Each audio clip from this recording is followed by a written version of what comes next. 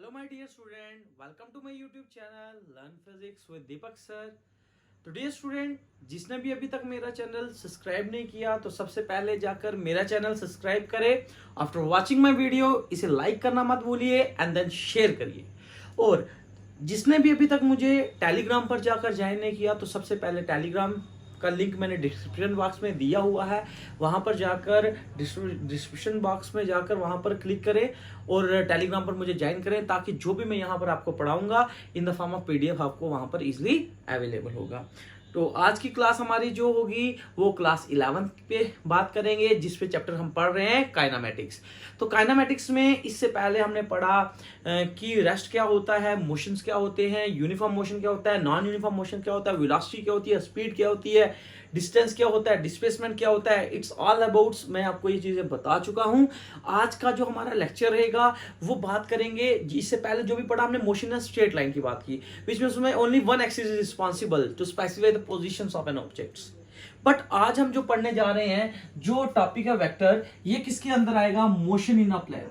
किसके अंदर आएगा? Motion in a plane. तो मोशन इन अ प्लेन की बात करेंगे तो प्लेन में कितनी एक्सिस रिस्पांसिबल होती हैं? दो एक्सिस, एक तो एक्स एक्सिस होती है और एक वाई एक्सिस होती है। तो ठीक है, आज का जो टॉपिक है मैं बात कर रहा हूं वेक्टर्स पे। तो एज यू नो दैट, मैं पहले लेक्चर्स पे ही आपको मैंने बताया था कि वेक्टर्स क्या होते हैं। देखो, वेक्टर्स की अगर हम बात करें तो यहां से एक और क्वांटिटी का जिक्र होता था जिसे कहते थे स्केलर। स्केलर वो होती थी जिसका मैग्नीट्यूड होता था बट उसकी डायरेक्शंस नहीं होती थी। तो यहां पर याद रखना, वेक्टर क्वांटिटी कौन सी होती है? जिसमें both magnitude as well as direction. तो देखिए, मान लीजिए अगर आपको कोई प्रॉपर डायरेक्शंस नहीं देगा तो विच मीन्स आप कोई भी गोल को अचीव नहीं कर पाओगे। मान लो आपके जितना मर्जी ताकत होगी, विच मीन्स मैग्नीट्यूड एक ऐसी चीज होती है, वेक्टर एक ऐसी क्वांटिटी होती है जिसके पास मैग्नीट्यूड भी होगा और डायरेक्शंस भी होगा, तभी जाकर वो क्वांटिटी क्या कहलाएगी? वेक्टर क्वांटिटी कहलाएगी। तो अब बात करते हैं कि वेक्टर को हम कैसे रिप्रेजेंट करते हैं। ठीक है, बात आती है रिप्रेजेंटेशन ऑफ वेक्टर।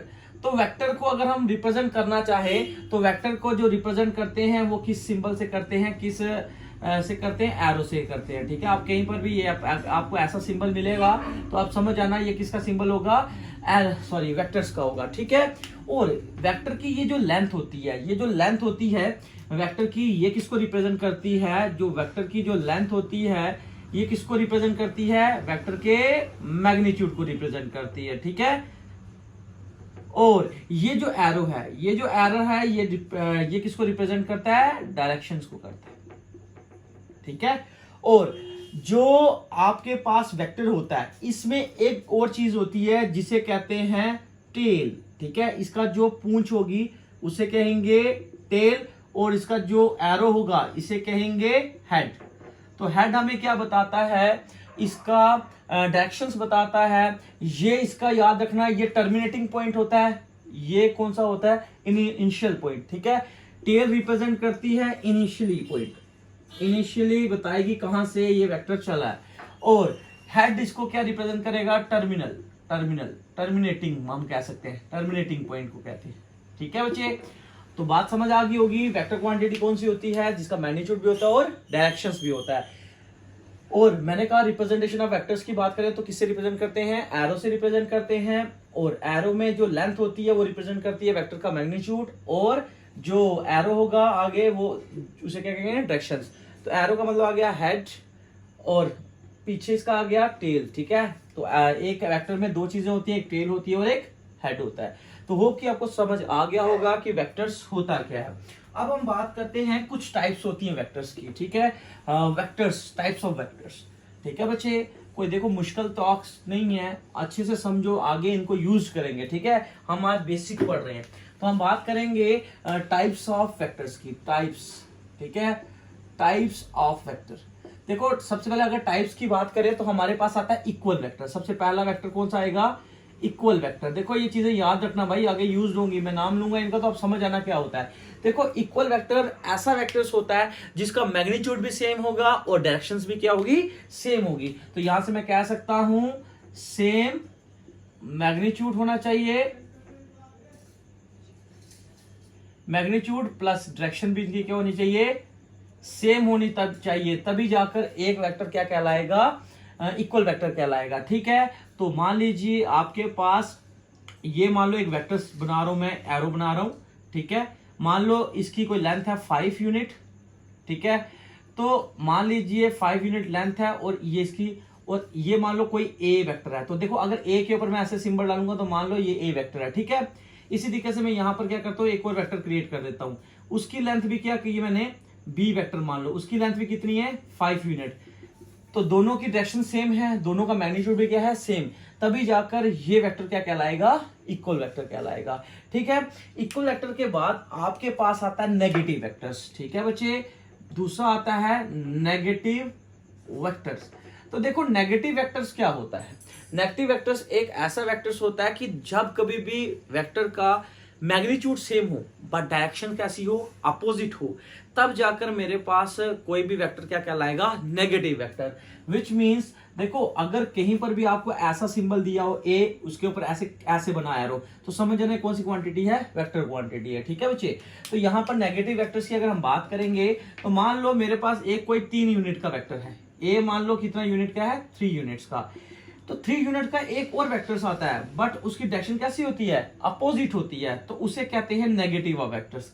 क्या कहेंगे, नेगेटिव वेक्टर। मतलब मैग्नीट्यूड क्या होना चाहिए, बी, मैग्नीट्यूड क्या होना चाहिए, सेम होना चाहिए, डायरेक्शन क्या होनी चाहिए, अपोजिट होनी चाहिए, तो तब जाकर मेरे पास कोई भी वेक्टर जो होगा वो वेक्टर क्या कहलाएगा, नेगेटिव वेक्टर्स।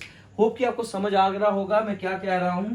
अब नेक्स्ट हमारे पास आ जाता है पैरेलल वेक्टर। ठीक है, पैरेलल वेक्टर्स की अगर हम बात करें तो अभी आप बोलोगे कि सर देखो आपने जो इक्वल वेक्टर बनाया तो दोनों का सेम बनाया, डायरेक्शन सेम थी, मैग्नीट्यूड सेम था, तभी जाकर कहा।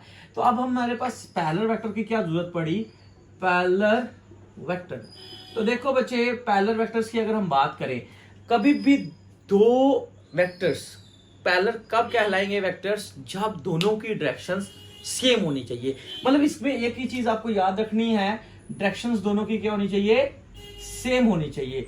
अगर डायरेक्शन उनकी सेम होती है तो वो हमारे पास वेक्टर्स क्या कहलाएंगे, पैरेलल वेक्टर कहलाएंगे। मतलब ये हुआ कि यहां से कोई एक वेक्टर आया, दूसरा ये वेक्टर आ गया, तीसरा ये आ गया, चौथा ये आ गया, तो आप देख रहे होंगे सबका मैग्नीट्यूड सेम नहीं है बट डायरेक्शन क्या है, सेम है। तो ऐसे वेक्टर्स को हम क्या कहते हैं, पैरेलल वेक्टर कहते हैं। होप आप समझ पा रहे होंगे। और इनके बीच में हमेशा जो एंगल होगा वो 0 डिग्री होगा। कितने डिग्री होगा, 0 डिग्री होगा। इसी तरीके से अगर हमारे पास एक एंटी पैरेलल वेक्टर आ जाता है, एक एंटी पैरेलल वेक्टर, देखो एंटी पैरेलल वेक्टर्स की अगर हम बात करें तो इसमें भी मैग्नीट्यूड का कोई वो नहीं होता, बस डायरेक्शन इनकी क्या हो जाती है, अपोजिट हो जाती है। मतलब एक इस तरफ आ गया और दूसरा इस तरफ आ गया। हमारे पास जब कभी भी दो वेक्टर्स मैंने क्या कहा, एंटी पैरेलल कब होंगे, तब होते हैं कि जब मान लीजिए एक वेक्टर इस तरफ होगा, दूसरा वेक्टर इस तरफ होगा, दोनों की डायरेक्शंस अपोजिट होंगी, इनके मैग्नीट्यूड से कोई भी लेना देना नहीं होता। तो यहां से हम बोल सकते हैं कि हमारे पास एंटी पैरेलल क्या होगा, कि जब एक वेक्टर इस तरफ होगा, दूसरा वेक्टर इस तरफ, मतलब डायरेक्शन अपोजिट्स होंगी। क्या होंगी, डायरेक्शंस अपोजिट होंगी। तो इनके बीच में जो भी एंगल बनेगा वो हमेशा 180 डिग्री बनेगा। क्यों, क्योंकि देखो एंटी पैरेलल मतलब हो गया एक इधर भाग रहा है, दूसरा इधर भाग रहा है, तो दोनों के बीच में कैसा एंगल क्रिएट होगा, 180 डिग्री का एंगल क्रिएट होगा। ठीक है, तो दो एंटी पैरेलल वेक्टर्स के बीच में जो एंगल होता है वो कितना होता है, 180 डिग्री। और दो पैरेलल वेक्टर्स के बीच का एंगल जो होता है वो कितना होता है, 0 डिग्री। अब बात है नेक्स्ट टाइप वेक्टर्स की। बच्चे आप अच्छे से समझ लो और इन्हें रफ कॉपी में, नोटबुक पे लिखते रहो। ठीक है, आपको समझ आएगी तभी जाकर आगे आप पढ़ पाओगे। ठीक है, नेक्स्ट हमारे पास आता है यूनिट वेक्टर। क्या आता है, यूनिट वेक्टर क्या होता है। देखो यूनिट वेक्टर नाम ही सुजेस्ट कर रहा है, यूनिट वेक्टर एक ऐसा वेक्टर होता है, मार्कर ही नहीं चल रहा, यूनिट वेक्टर एक ऐसा वेक्टर होता है जिसका मैग्नीट्यूड यूनिटी होता है। ठीक है, जिसका मैग्नीट्यूड कितना होता है, यूनिटी, मैग्नीट्यूड जिसका क्या होगा, मैग्नीट्यूड इज यूनिटी। तो उस समय वो मेरे पास क्या कहलाएगा, एक यूनिट वेक्टर। मतलब एक मैंने वेक्टर ले लिया, अब एक वेक्टर का जो मैग्नीट्यूड होगा वो 1 ही होगा। ठीक है, उस समय मैं कहूंगा कि वो वेक्टर मेरे पास क्या है, यूनिट वेक्टर है। ठीक है, और यूनिट वेक्टर को याद रखना, ठीक है, और यूनिट वेक्टर को हम रिप्रेजेंट करते हैं ए ऊपर कैप डालते हैं। क्या डालते हैं? ए ऊपर कैप डालते हैं। इस चीज का खास ध्यान रखना है आपको। तो अगर हम बात करें ए यूनिट वेक्टर, कहीं पर भी अगर आप ऐसा सिंबल देखोगे, टोपी बनी होगी, मान लो बी के ऊपर ऐसे कैप बनी होगी, तो समझ आना है किसका वेक्टर है? यूनिट वेक्टर है। इसका मतलब मैग्नीट्यूड कितना है? यूनिटी। तो इससे हम एक और रिलेशन ड्राइव कर सकते हैं। ए वेक्टर जो होता है वो बराबर होता है ए डॉट ए यूनिट वेक्टर। तो ए यूनिट वेक्टर किसके बराबर आ जाएगा? ए यूनिट वेक्टर, याद रखना ए यूनिट वेक्टर हो जाएगा ए अपॉन मैग्नीट्यूड ऑफ ए। ठीक है, आप ऐसा भी कह सकते हो या आप ऐसा कह सकते हो, हमारे पास यही आएगा, एक रिलेशन आ रहा है। आप ऐसा भी इसको कह सकते हो कि हमारे पास ओ आर आर ऐसा भी आ सकता है, ए यूनिट वेक्टर जो होगा वो बराबर होगा ए वेक्टर अपॉन ए। तो यहां से देखो ये आगे रिलेशन यूज होंगे, तो आपको याद रखना है ए वेक्टर जो होता है ए डॉट ए यूनिट वेक्टर के बराबर होता है। यूनिट वेक्टर को किससे रिप्रेजेंट करते हैं? कैप से करते हैं। ठीक है, ये जो ऊपर कैप लगाई होगी, एरो लगा होगा तो वेक्टर होगा, ये होगा तो क्या बोलोगे? यूनिट होता है। ठीक है, तो ये आ गया अनदर टाइप्स ऑफ वेक्टर्स। अब इसके बाद हमारे पास आता है कॉन्करेंट। कॉन्करेंट वेक्टर्स क्या होते हैं? ठीक है, कॉन्करेंट वेक्टर्स की अगर हम बात करेंगे, नेक्स्ट टाइप्स है, देखो टाइप्स आप पास करके लिखते रहना। ठीक है, कॉन्करेंट कॉन्करेंट कॉन्करेंट वेक्टर्स क्या होते हैं? काम ही नहीं कर रहे। कंकरेंट वेक्टर्स एक ऐसे वेक्टर्स होते हैं जो एक सेम पॉइंट पे एक्ट करेंगे, means acting at a same point. हम ऐसा कह सकते हैं कंकरेंट वेक्टर ऐसे वेक्टर होते हैं जो एक्टिंग करेंगे, acting on a same point. जो सेम पॉइंट पे आके एक्ट करेंगे उन वेक्टर्स को हम क्या कहते हैं?